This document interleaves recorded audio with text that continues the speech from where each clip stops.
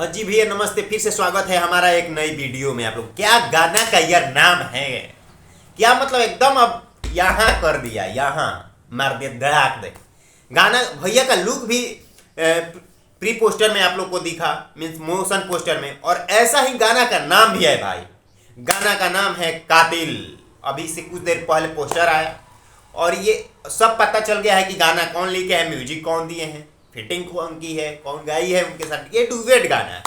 तो कशिश Singh new model उनके साथ फिटिंग की हुई है, और पवन सिंह जी के साथ शिल्पी राज गाना गाई हुई है, और आजाद सिंह जी इस गाना को लिखे हैं। आर्य शर्मा जी म्यूजिक दिए हैं, और ये A1 म्यूजिक से, ये छोटा ही चैनल है, लेकिन भाई पवन सिंह का काम ही है कि छोटे चीज को बढ़ाना,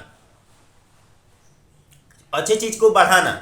तो ये A1 म्यूजिक से आएगा। और इसका एक और भी बात है, 3/15 में अभी ट्रीजर आएगा। ये तो केवल पोस्टर है यार, अभी तो झांकी है, पूरा फिल्में बाकी है।